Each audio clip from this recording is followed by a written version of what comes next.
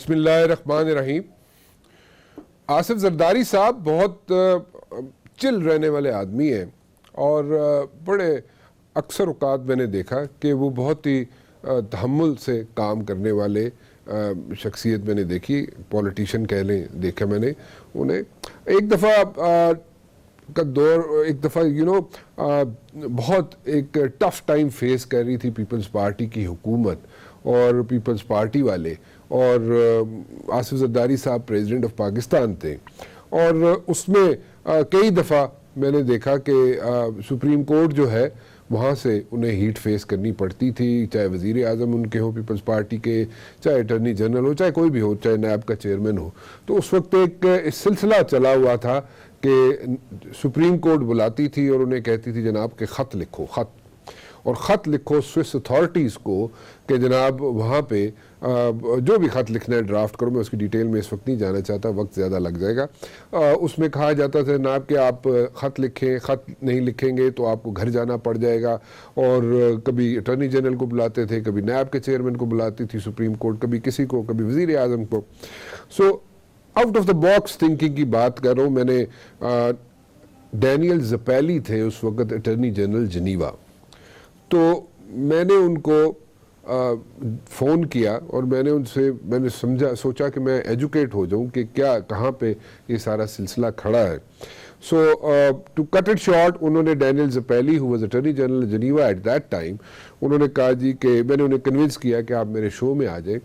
उन्होंने मेरे शो में आए और उन्होंने क्लैरिफाई की एक चीज़। वो चीज़ ये थी कि उन्होंने कहा जनाब कि आप की हुकूमत यानी कि पाकिस्तान की हुकूमत स्विस अथॉरिटीज़ को ख़त लिखे आसिफ जरदारी साहब के बारे में, ना लिखे, कोई फ़र्क नहीं पड़ता कि वो केस जो है वो सारा टाइम बार हो चुका है ना। उसके बाद जनाब उसको बड़ा हाईलाइट किया गया। पीपल्स पार्टी की हुकूमत ने थोड़े से गैप के बाद किया क्योंकि वो इंग्लिश में था, उसको फिर हमने उर्दू में चलाया। मेरे ही शो में था वो और मैंने उनको इंटरव्यू किया, तो उसके बाद डब भी किया, उर्दू में भी चलाया उनको। But then again Asif Zardari साहब से मुलाकात होती है कुछ अरसे के बाद, तो आसिफ जरदारी साहब ने कहा कि ये तुमने कैसे तुम्हें ये ख्याल आया। मैंने उनसे कहा जी मुझे out of the box thinking, मैंने कहा कि थोड़ी सी करूं और थोड़ा सा आउट ऑफ द बॉक्स लेके चलें सिलसिले को, तो फिर उसमें और ट्रू जर्नलिज्म किया जाए ताकि पता चले कि हकीकत क्या है और रियलिटी क्या है। सो और मैंने उनसे कहा जी कि आजकल तो आपकी हुकूमत को बहुत टफ टाइम फेस करना पड़ रहा है। तो ही सेड कि relax, nothing is going to happen, my government is going to stay, और पीपल्स पार्टी की हुकूमत जो है 5 साल तक चलेगी, पूरा अपना वक्त पूरा करेगी। I was very surprised to tell you very honestly. और मैंने जरदारी साहब को देखा और मैंने कहा जी आप इतने चिल क्यों हैं, वाई आर यू लाइक बड़े तहम्मुल मिजाज से आप काम ले रहे हैं। यहाँ पे तो रोज़ हेडलाइंस बनी होती हैं और इश्यूज़ बने होते हैं हुकूमत के लिए। उन्होंने कहा नहीं कुछ नहीं होगा, आप फिक्र नहीं करें, टाइम पूरा करेंगी ही मेरी हुकूमत और हम लोग अपने 5 साल पूरे हुकूमत के करके फिर जाएंगे। ये किस्सा सुनाने का मकसद सिर्फ ये था कि जनाब आजकल सोशल मीडिया पे कहा जाता है कि आसिफ जरदारी साहब की तबीयत शायद नासाज है।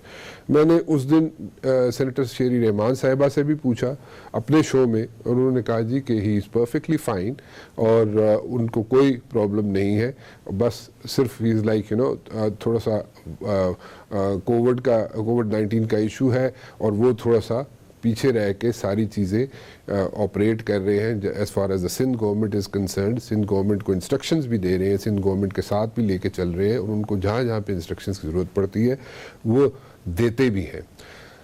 यही सिलसिला मैंने कहा कि चलो मैं मज़ीद उसको काउंटर चेक कर लूँ कि उनकी तबीयत ठीक है। तो फिर मैंने हमारे एक इस्लामाबाद आइट है फैसल सखी भट्ट, उन्होंने एक दफ़ा मुलाकात भी कराई मेरी इस्लामाबाद में आसिफ जरदारी साहब से। तो मैंने उनको पूछा, मैंने उनसे कहा जनाब कि आसिफ जरदारी साहब की तबीयत ठीक है। He said he is perfectly fine. और उसके अलावा डॉक्टर सुमरो, उनसे भी मैंने पता किया, उन्होंने भी कहा जी ही इज़ परफेक्टली फ़ाइन। सो बताने का मकसद ये था कि ये सोशल मीडिया पे जो कैंपेन चल रही है कि शायद आसिफ जरदारी साहब की तबीयत नासाज है, वो गलत है। That is absolutely wrong. मैं थोड़ा सा आगे चलूँगा जनाब, और आगे इसलिए चलना चाहता हूँ कि मैं ज़रा देखना चाहता हूँ कि हुकूमत इस वक्त क्या इक़दामात कर रही है मीडिया पे आती है हुकूमत के लोग आते हैं, आके बताते हैं कि जनाब कोविड-19 के लिए ये किया जा रहा है, वो किया जा रहा है, ऐसे लेके चल रहे हैं, वैसे लेके चल रहे हैं। ठीक है, आई डू अंडरस्टैंड कि जो मौजूदा हालात हैं उनके मुताबिक जो एग्जिस्टिंग सोर्सेज हैं उनको टैप किया जा रहा है और हेल्थ सर्विसेज को भी कैपेसिटी को बिल्ड किया जा रहा है। सो वो बातें सारी ठीक है, लेकिन ग्राउंड रियलिटी क्या है? अगर पीपल्स पार्टी की हुकूमत होती, अगर नून लीग की हुकूमत होती, अगर वो लोग अगर हुकूमत में होते तो वो क्या इकदामात उठाते इस वक्त? If they would have been in their shoes, like ये पीटीआई वालों के जगह होते ये लोग, तो वो क्या इकदामात उठाते? क्या इससे मुख्तलिफ होते? यही होते? इकॉनमी भी जहन में रख लें, वो भी लोग जहन में रख लें जनाब के किस तरीके से यहाँ पे इकॉनमी को लेके साइड बाय साइड चलना है, किस तरीके से जनाब हेल्थ की सर्विसेज को बूस्ट भी मिलता रहे, उनमें कैपेसिटी बिल्डिंग भी होती रहे, और उसके साथ साथ कोशिश की जाए कि जितनी कम से कम ये वायरस फैले उसको लेके कैसे चलना चाहिए था। And very important question, Ramzan का महीना है, देखें किसी को इबादत से नहीं रोका जा सकता, बिल्कुल बात ठीक है, बट देन अगेन क्या काउंटर चेक हो रहा है कि जो एसओपी बनाए गए थे, जो एसओपी दिए गए थे, जो 20 पॉइंट्स थे, जो सदर मुमलिकत ने 20 पॉइंट्स नेगोशिएशंस के बाद सामने ले डाउन किए थे, उनको फॉलो किया जा रहा है? और अगर नहीं किया जा रहा तो क्यों नहीं किया जा रहा, और अगर किया जा रहा है तो कैसे किया जा रहा है? इन सब चीज़ों के सवालात के जवाब मैं चाहूँगा जी। मेरे साथ मौजूद है सरदार नबील गबोल साहब पीपल्स पार्टी से, कंवल शोजब साहिबा तहरीक इंसाफ से, और लेफ्टिनेंट जनरल अब्दुल कादिर बलोच साहब मुस्लिम लीग नून से। आप सबका बहुत बहुत शुक्रिया जी, आप लोग तशरीफ़ लाए। मैं जनरल साहब आपसे शुरू करना चाहूँगा, मुझे सिर्फ ये बता दें कि जो इक़दामात इस वक्त हुकूमत ने उठाए हुए हैं वो तो अपनी जगह, अगर आप लोग यानी कि नून लीग की अगर हुकूमत होती तो आप लोगों के इक़दामात बिल्कुल ऐसे ही होते या मुख्तलिफ होते, और अगर मुख्तलिफ होते तो क्या होते जी? बिस्मिल्लाहिर्रहमानिर्रहीम। राना साहब, जहाँ तक हुकूमतों का ताल्लुक है, जब मैं हुकूमतों की बात जमा का सीगा इस्तेमाल करता हूँ तो मेरा मकसद मरकजी हुकूमत और सूबाई हुकूमतें होती हैं। तमाम मरकजी हुकूमत एज वेल एज सूबाई हुकूमतें चारों, और आज़ाद कश्मीर और गिलगित वाले, अपनी हर एक कोशिश पूरी कर रहा है कि इस वबा से किस तरीके से निपटा जाए और क्या करना चाहिए। उसमें किसी किस्म की कोई कमी नहीं है, इसमें कोई शक नहीं है। किसी को ये इल्ज़ाम देना कि फलाना कम कर रहा है, फलाना ज़्यादा कर रहा है, ये मेरे ख्याल में प्रॉब्लम नहीं है। प्रॉब्लम है तो मरकज़ी हुकूमत का है। मरकज़ी हुकूमत का प्रॉब्लम यह है कि मरकज़ी हुकूमत एक कौमी पॉलिसी देने में अब तक जो है ना कामयाब नहीं हुए हैं। उन्होंने कामयाबी को तो छोड़ दीजिए, उन्होंने कोशिश ही नहीं की कि कौमी पॉलिसी एक बनाया जाए, क्योंकि इस वबा की वजह से सूबों में लॉकडाउन का प्रॉब्लम चल रहा है, बेरोजगारी का प्रॉब्लम चल रहा है, फैक्ट्रियां बंद हैं, काम नहीं हो रहा है, बेशुमार वहाँ पर नुकसानात हो रहे हैं, गरीब रोड पे बाहर आ रहा है, चीखें चिल्ले उसकी निकल गई है। तो इसके लिए रिसोर्सेज की रिक्वायरमेंट होती है, और रिसोर्सेज और सपोर्ट वो मरकज़ी हुकूमत की तरफ से आती है। मरकज़ी हुकूमत बैनुल-अक़वामी लेवल पे लोगों से कांटेक्ट में होता है, IMF है, वर्ल्ड बैंक है, एशियन डेवलपमेंट बैंक है, वगैरह वगैरह, और वहाँ से इमदाद वगैरह के लिए रिक्वेस्ट की जाती है। जिस तरीके से प्राइम मिनिस्टर साहब ने फ़ंड लॉन्च किया और इंटरनेशनली उन्होंने भी इमदाद की उन्होंने तलब की। ये वो चीज़ें हैं जो कि जिसमें अगर पूरी कौम को शामिल किया जाता, जिसमें तमाम सियासी जमातों को साथ लेके ये कार्रवाई की जाती और एक हुकूमती पॉलिसी या मरकज़ी हुकूमती पॉलिसी बनाई जाती, और उस पॉलिसी को सामने रखते हुए सूबाई हुकूमतें अपने काम करते, तो ये मामला बहुत बेहतर तरीके से चलाया जा सकता था। हालांकि मैं प्राइम मिनिस्टर साहब, मैं तो आदमी हैरान है जो कि ऑन ग्राउंड सूबे जो काम भी कर रहे हैं, बशमूल उन सूबों के जहाँ पर PTI की हुकूमत है, जहाँ KPK की हुकूमत की मैं बात कर रहा हूँ, पंजाब की हुकूमत की बात कर रहा हूँ, वो एग्जैक्टली वही काम कर रहे हैं जो कि सिंध की हुकूमत ने लीड इनको प्रोवाइड की। जो काम सिंध की हुकूमत कर रही है वही पंजाब कर रही है, वही KPK कर रही है, वही बलोचिस्तान करने की कोशिश कर रहा है, और यही चीज़ गिलगित बल्तिस्तान और आज़ाद कश्मीर में हो रहा है। लेकिन प्राइम मिनिस्टर सुबह से शाम तक जब भी आचे दिन में 3 से 4 मरतबा वो आके ये ज़रूर कहते हैं कि जी ये जो लॉकडाउन वाली पॉलिसी है, ये बंद करने वाली पॉलिसी है, ये ठीक नहीं है, मुल्की मफाद में नहीं है, गरीब के मफाद में नहीं है, फलान के मफाद में नहीं है, फलान के मफाद में नहीं है। अब मेरे समझ में जो चीज़ नहीं आ रही है कि अगर अगर प्राइम मिनिस्टर साहब चीफ एग्जीक्यूटिव है मुल्क के और चीज़ें अगर उनकी मर्जी के मुताबिक नहीं हो रही है और कौमी मफाद में नहीं है और गरीब के और अवाम के मफाद में नहीं है, तो कौन उनको रोकता है इस बातों के ऊपर जो उसके ख्यालात हैं, उसके ख्यालात के मुताबिक चलने से कौन रोकता है KPK की हुकूमत को या पंजाब की हुकूमत को या सिंध और बलूचिस्तान की हुकूमत को?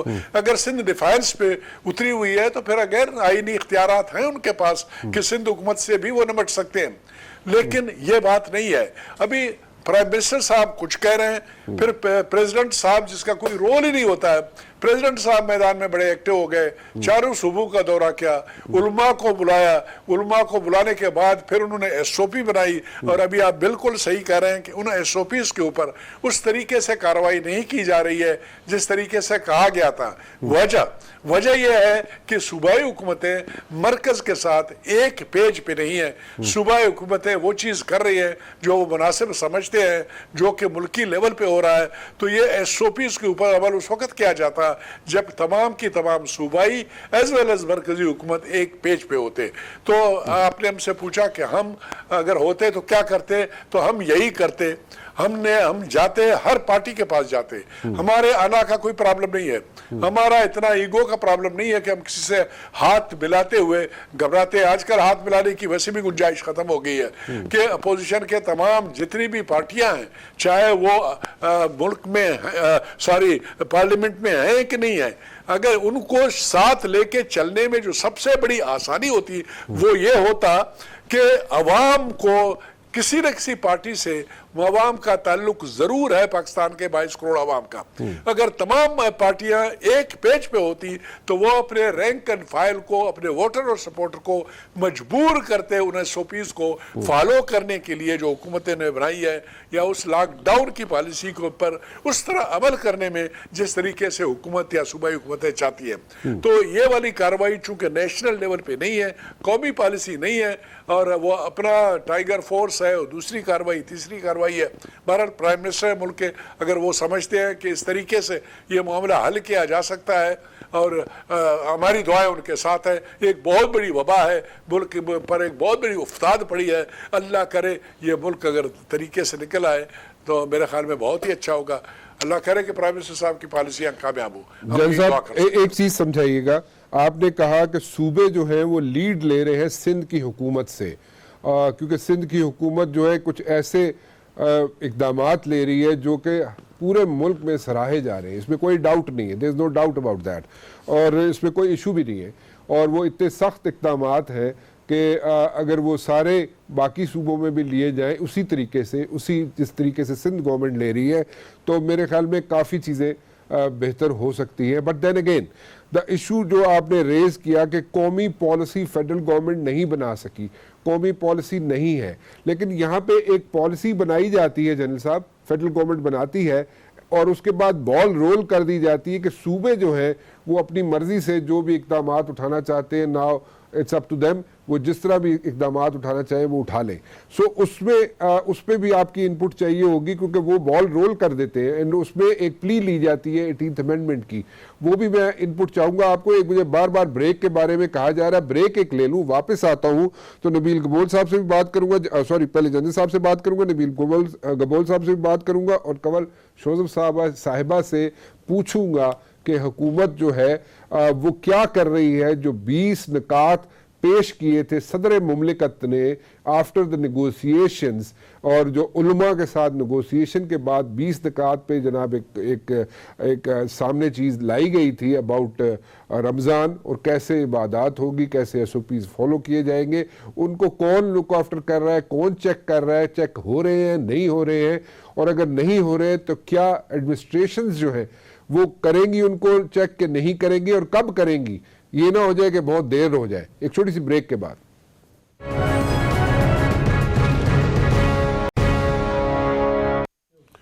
जनरल साहब, ब्रेक पे जाने से पहले मैंने गुजारिश की थी आपसे कि यहाँ पे इश्यूज जो है वो अपनी जगह, लेकिन देन अगेन जो 20 नकात सदर मुमलिकत ने पेश किए थे आफ्टर नेगोशिएशंस विद द उलमा, उनको अगर उनको फॉलो किया जा रहा है नहीं किया जा रहा, मेरी इतलात ये है कि उनको 100% उस पर इम्प्लीमेंटेशन नहीं हो रही, और अगर नहीं हो रही तो हु इज़ रिस्पॉन्सिबल? कल ये वॉल्केनो की तरह ये फटेगा, सारी चीज़ें सामने आएंगी, तो who will be responsible? Number 1 and number 2, इसको मैं वो तो बाद की बात है, अभी इसको क्यों नहीं चेक किया जा रहा और चेक करना चाहिए और कैसे करना चाहिए?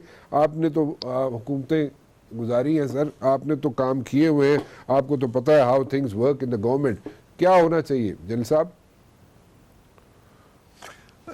जनाब, मैं तो वायलेशन अगर कहीं पर हो रही है तो अनफॉर्चुनेटली मजबूरन मुझे ये कहना पड़ रहा है पंजाब में सबसे ज़्यादा है।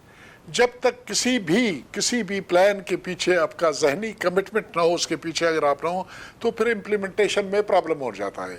यूनिटी ऑफ कमांड, एक फौजी लफ्ज़ मैं इस्तेमाल करता हूँ, कि बहुत ज़रूरी चीज़ हो है किसी प्लान की कामयाबी के लिए, कि मरकजियत कमान की। मरकजियत अनफॉर्चुनेटली नहीं है, सूबों पे छोड़ा गया है, और सूबों की फिर अपनी कमज़ोरियाँ हैं, और वो उस तरह से उसके ऊपर अमल नहीं कर पा रहे हैं जिस तरीके से करना चाहिए।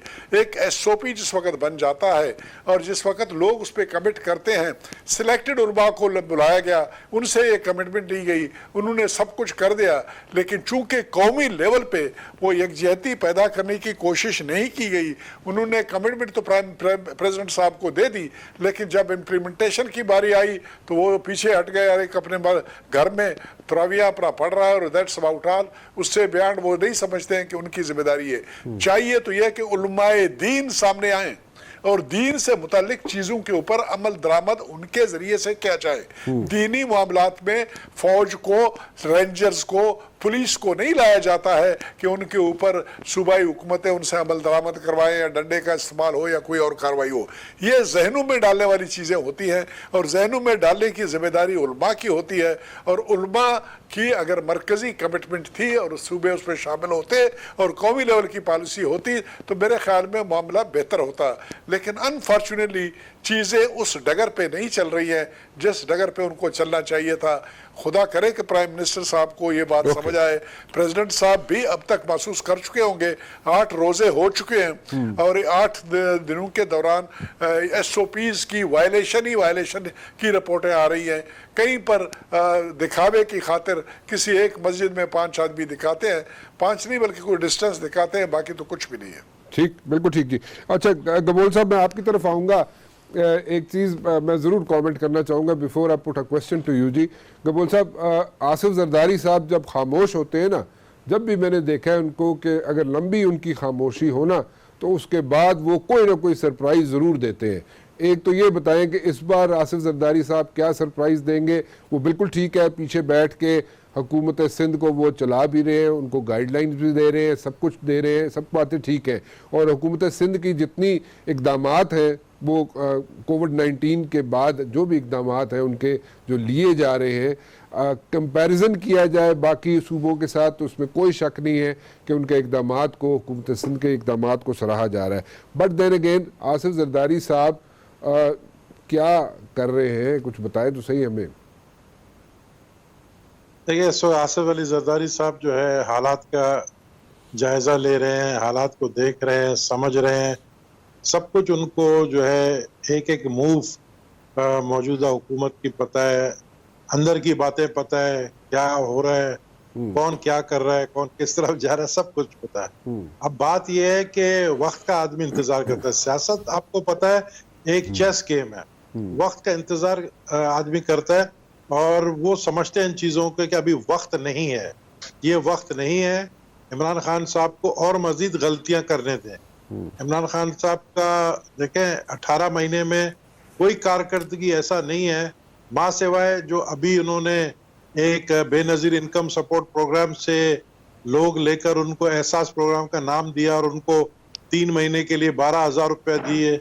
इसके अलावा मुझे एक भी कोई ऐसा काम बता दे जो कौम को याद हो। अब तो वो सियासत भी जो है लाशों पे कर रहे हैं कि जी सिंध में ज्यादा लोग मरे, पंजाब में कम मरे, KPK में कम मरे, लॉकडाउन की सियासत, कोरोना वायरस की सियासत, इन सियासतों से हटेंगे तो कुछ वो सियासत कर सकेंगे। तो अब उनको आपस में उलझने दें। 2020 जो है वो पहले तो हम कहते थे कि ये तब्दीली का साल है, लेकिन कोरोना ने जो है मेरे ख्याल में इमरान खान को बचा लिया मजीद 1 साल के लिए। तो लेकिन जरदारी साहब जो है वो हालात को समझ भी रहे हैं, देख भी रहे हैं और लोगों को भी सुन रहे हैं, और जो लोग इस वक्त इक्तदार में हैं उनके हर एक मूव को वो समझ रहे हैं।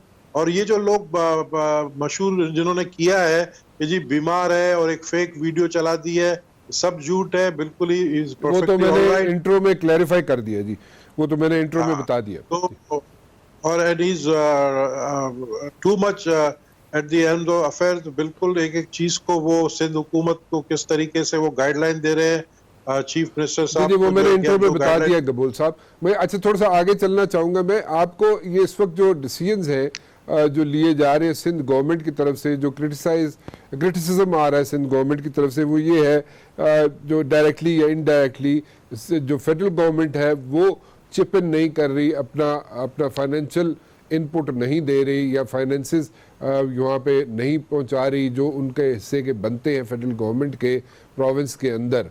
सो उसमें दो वजूहात है, एक जो माइंडसेट है या एक जो ख्याल है गवर्नमेंट के अंदर लोगों के, वो ये है जनाब कि जो सिंध गवर्नमेंट को पैसे दिए जाते हैं वो सही जगह पे इस्तेमाल नहीं होते या होते ही नहीं है। सो एक तो ये ट्रस्ट डेफिसिट है। सो इस ट्रस्ट डेफिसिट को ख़त्म किया जा सकता है, नहीं किया जा सकता, या इसी तरह चलता रहेगा सारा मसला? जी देखिए, वफाक का ये काम नहीं है कि वफाक इल्ज़ाम लगाए कि जी हम अगर पैसे देंगे तो वो पैसे गलत जगह इस्तेमाल होंगे। वफाक का काम है कि जो उनका जो कॉन्स्टिट्यूशन में लिखा है, जो हिस्सा है सूबों का, वो सूबों का हिस्सा उनको दे।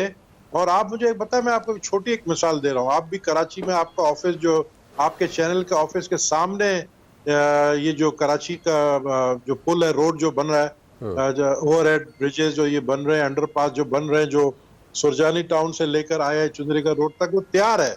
लेकिन वफाक जो है उसके लिए बसेस जो है फराहम करने के लिए तैयार नहीं है। हमने कहा चले वो भी हम देते, क्योंकि ये प्रोजेक्ट वफाक की प्रोजेक्ट है, लेकिन हमने कहा चले उनके लिए बस भी हम देने के लिए तैयार है।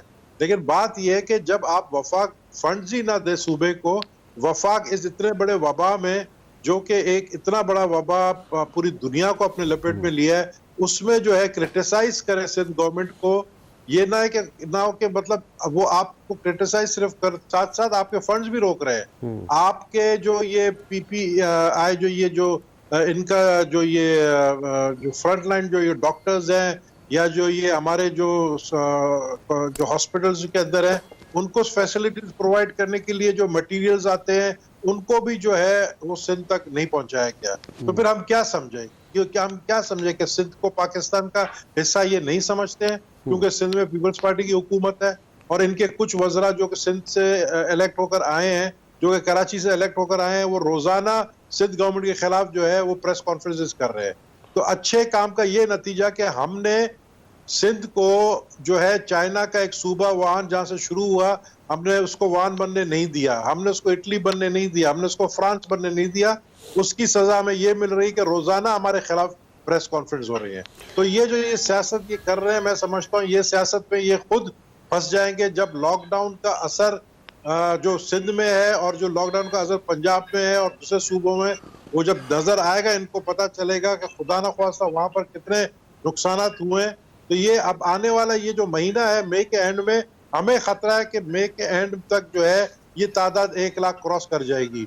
तो ये आप उसके लिए अपनी तैयारी करें। वो सूबे जहां पर इनकी हुकूमत है, अपने हुकूमत को ये डायरेक्टिव दे। जो सिंध ने किया है लॉकडाउन, हम उस लॉकडाउन से मुतमईन है, और हम लॉकडाउन से इसलिए मुतमईन है कि उसका रिजल्ट अच्छा निकला। ठीक, कमल बीबी, बहुत से चीज़ें आपके लिए जमा हो गई हैं जिनको आप आंसर कर सकती हैं। आपको कोई इंटरप्ट नहीं करेगा, मैं नहीं इंटरप्ट करूंगा। बाकी मेरे गेस्ट जो है अगर इंटरप्ट करना चाहें तो मैं उनको नहीं रोकूंगा, क्योंकि वो ज़रूर बीच में कोई ना कोई सवाल ज़रूर करना चाहेंगे आपसे। एक तो ये वफाक जो है सिंध गवर्नमेंट को फंड्स क्यों नहीं रिलीज़ कर रहा इस वक्त, ट्रस्ट डेफिसिट है, जो ट्रस्ट डेफिसिट चल रहा है पुराना, कि सही जगह पे सिंध गवर्नमेंट पैसे इस्तेमाल नहीं करती, वही इस वक्त एग्जिस्ट कर रहा है ट्रस्ट डेफिसिट, या कोई और वजूहात है? नंबर 1।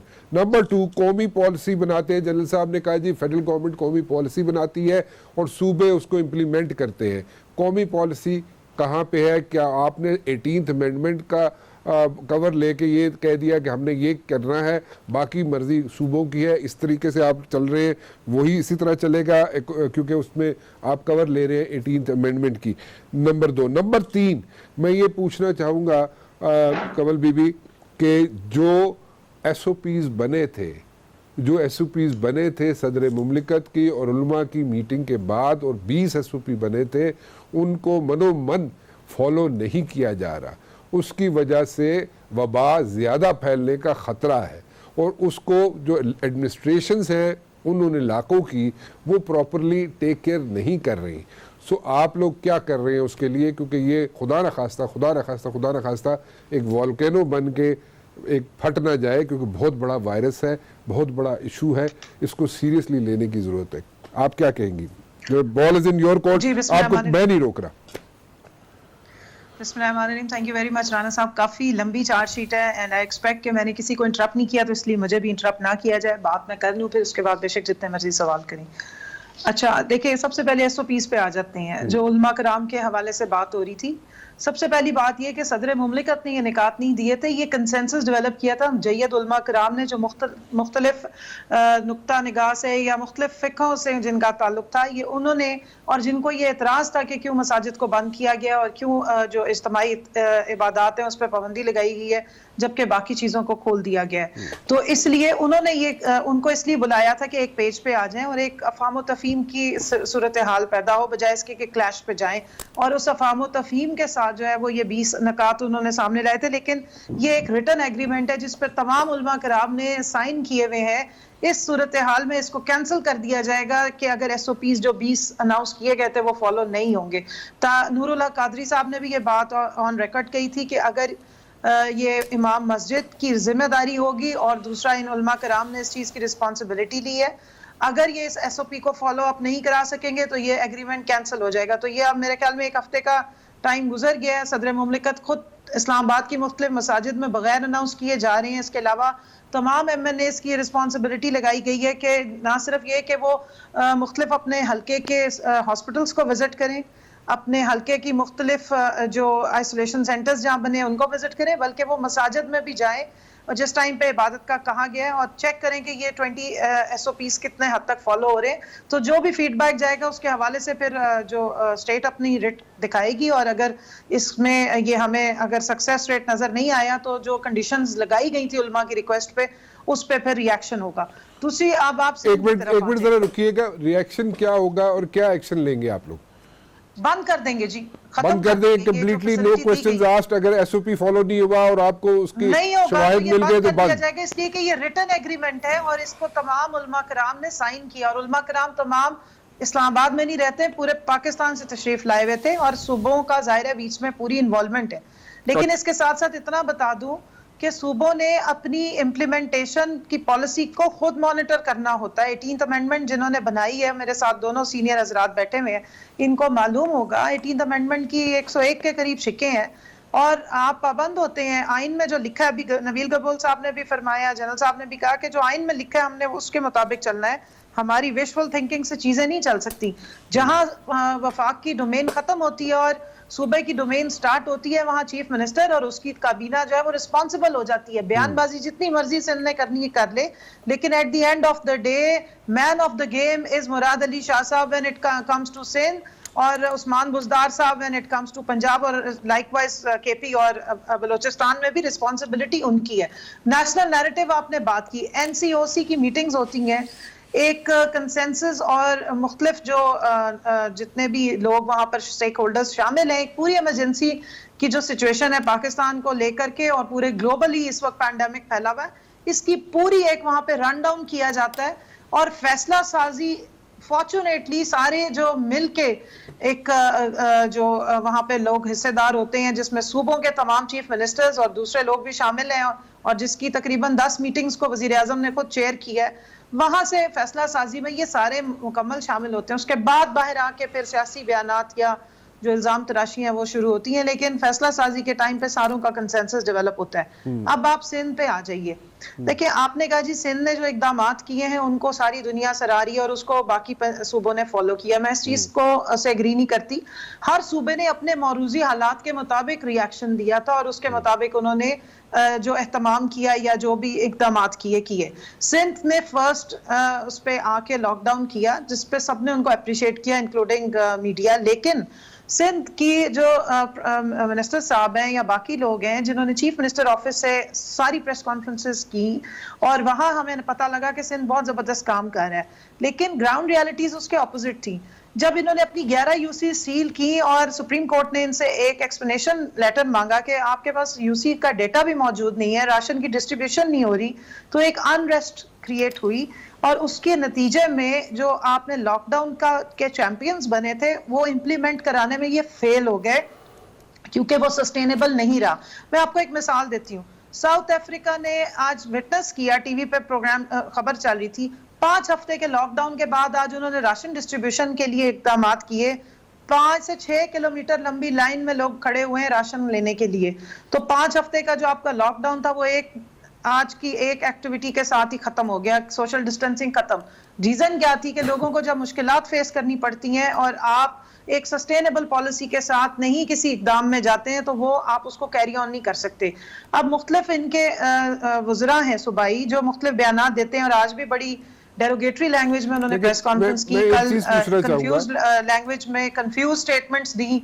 बिलावल साहब ने 18वीं तरमीम के साथ के बानी होने के बावजूद पीपल्स पार्टी उसको समझने से कासिर है। आप वो कह रहे हैं कि डिस्ट्रिक्ट लेवल पे भी आके वफाक हमारे साथ काम करें। आप जरा इनकी 18वीं तरमीम की डिटेल्स निकालने में वन बाय वन उन पे बैठ के बात करने की एक मिनट एक चीज पूछना एनएफसी एक मिनट सिर्फ मुझे एक मिनट आप जरूर बोलिए, आप अपनी बात जरूर मुकम्मल कीजिए, लेकिन एक बीच में एक सवाल है।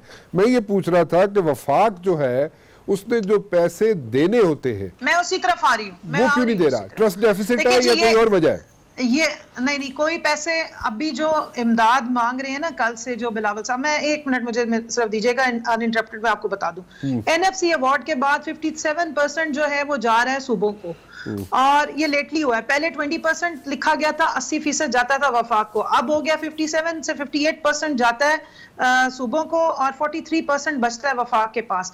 12 जून 2018 की एक स्टेटमेंट है शाहिद खाकान अब्बासी साहब की, ऑन रिकॉर्ड है, जिसपे उन्होंने इस सारे जो ये प्रोसेस है इस पे एतराज उठाया। उसके बाद मिफ्ता इस्माइल साहब ने भी एतराज उठाया और उन्होंने स्टेटमेंट दी विद नंबर्स कोट की कि जब वफाक डिफेंस का बजट और डेट सर्विसिंग करता है उसके बाद -600 से वो अपनी बजट का आगाज करता है और सूबों के पास अब मैं आपको गिनवा देती हूँ। डिवॉल्व सब्जेक्ट्स है जी, एजुकेशन, हेल्थ, ज़राअत, एनर्जी, आपकी टूरिज्म, सब डिवॉल्व है। आप मुझे ये बता दें, एक मिनट जी, इनको एनएफसी अवार्ड के तहत जो पैसे जाने वो जा चुके हुए हैं। ये सिर्फ ये कह रही है कि जो फंड एक्स्ट्रा मिल रहा है कोरोना के सिलसिले में वो भी हमें दे दिया जाए। ओके, एक मिनट ठहर जाए, वो कह रहे हैं एक मिनट कवल बीबी, बिलावल साहब का प्रॉब्लम ये है, वो कहते हैं इन काइंड कुछ मत दो, अवाम को डायरेक्ट कोई सहूलत मत पहुंचाए, हमें नकद दे दें और उसके बाद आप छुट्टी करें, हमने किसी चीज का फिर जवाब नहीं देना है। जैसे पहले डकार नहीं मारी है ना। और अच्छा चले, मैं एक मिनट नबील साहब से छोटा सा इसका जवाब ले लूं। नबील साहब से एक जवाब ले लूं जी। नबील साहब, मुझे सिर्फ 1 मिनट और दीजिएगा, मैं थोड़ी सी डिटेल्स आपको और बता दूं। डिटेल में